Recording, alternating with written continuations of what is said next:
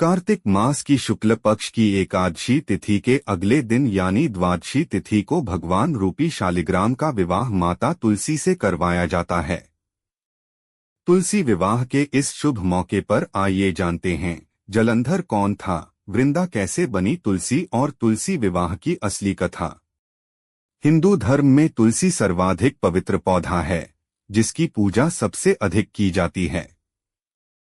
माना जाता है कि जिस घर में तुलसी का पौधा होता है वहां यम के दूत प्रवेश नहीं कर सकते।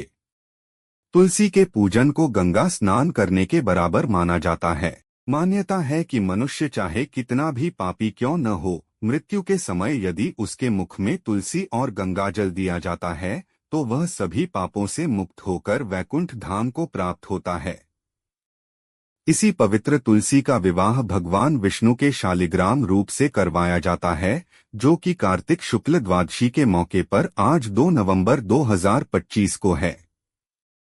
श्रीमद् देवी भागवत पुराण में माता तुलसी के अवतरण की कथा का बहुत विस्तार से वर्णन किया गया है। तुलसी विवाह के इस शुभ अवसर पर आइए जानते हैं जलंधर कौन था, वृंदा कैसे बनी तुलसी और तुलसी विवाह की असली कथा क्या है।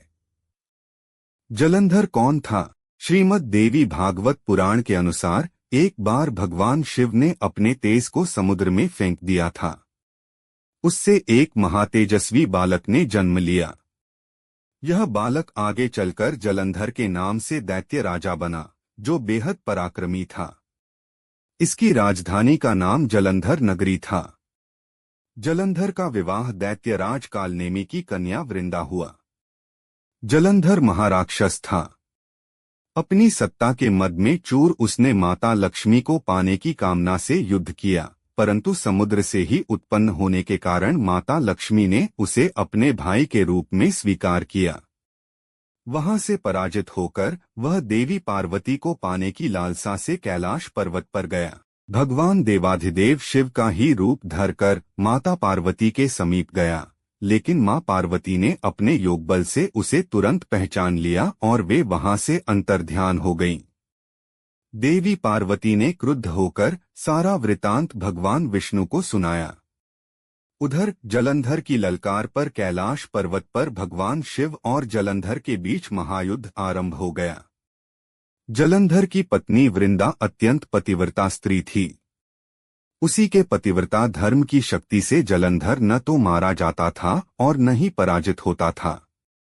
इसीलिए जलंधर का नाश करने के लिए वृंदा के पतिव्रत धर्म को भंग करना बहुत आवश्यक था। तुलसी अवतरण और तुलसी विवाह की कथा। जलंधर का अंत आवश्यक था। इस कारण से भगवान विष्णु एक ऋषि का वेश धारण कर वन में जा पहुंचे, जहां वृंदा अकेली भ्रमण कर रही थीं। भगवान के साथ 2 मायावी राक्षस भी थे, जिन्हें देखकर वृंदा भयभीत हो गईं। ऋषि ने वृंदा के सामने पल में दोनों को भस्म कर दिया। उनकी शक्ति देखकर वृंदा ने कैलाश पर्वत पर महादेव के साथ युद्ध कर रहे अपने पति जलंधर के बारे में पूछा, हे ऋषिवर, मेरे पति परमेश्वर देवाधिदेव शिव से युद्ध कर रहे हैं, कृपा कर उनके बारे में कुछ ज्ञात हो तो मुझे अवश्य बताएं। ऋषि ने अपने माया जाल से 2 वानर प्रकट किए। एक वानर के हाथ में जलंधर का सिर था और दूसरे के हाथ में धड़। अपने पति की यह दशा देखकर वृंदा मूर्छित होकर गिर पड़ी। होश में आने पर उन्होंने ऋषि रूपी भगवान से विनती की, हे ऋषि श्रेष्ठ, कृपा कर मेरे प्राणप्रिय को जीवित करें, अन्यथा मैं मृत्यु का वरण कर लूंगी। भगवान ने अपनी माया से फिर से जलंधर का सिर धड़ से जोड़ दिया और वे स्वयं भी वह उसी शरीर में प्रवेश कर गए। वृंदा को इस छल का थोड़ा भी आभास नहीं हुआ।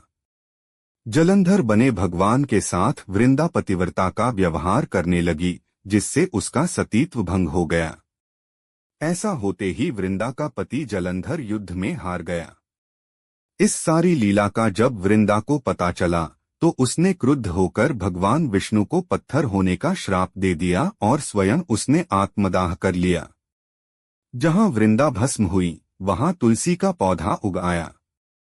भगवान विष्णु ने वृंदा से कहा, हे वृंदा, तुम अपने सतीत्व के कारण मुझे लक्ष्मी से भी अधिक प्रिय हो गई हो। अब तुम तुलसी के रूप में सदा मेरे साथ रहोगी। जो मनुष्य भी मेरे शालिग्राम रूप के साथ तुलसी का विवाह करेगा, उसे इस लोक और परलोक में महान यश और विपुल धन प्राप्त होगा। देवी वृंदा का मंदिर। कहते हैं कि आज पंजाब राज्य में स्थित विख्यात जालंधर नगरी वृंदा के पति उसी दैत्य जलंधर के नाम पर पड़ा है। आज भी सती वृंदा का मंदिर इस नगर के मोहल्ला कोट किशनचंद में स्थित है। कहते हैं इस स्थान पर एक प्राचीन गुफा थी जो सीधी हरिद्वार तक जाती थी। मान्यता है कि जो व्यक्ति सच्चे मन से 40 दिन तक सती वृंदा देवी के मंदिर में पूजा करता है, उसकी सभी मनोकामनाएं पूरी हो जाती हैं।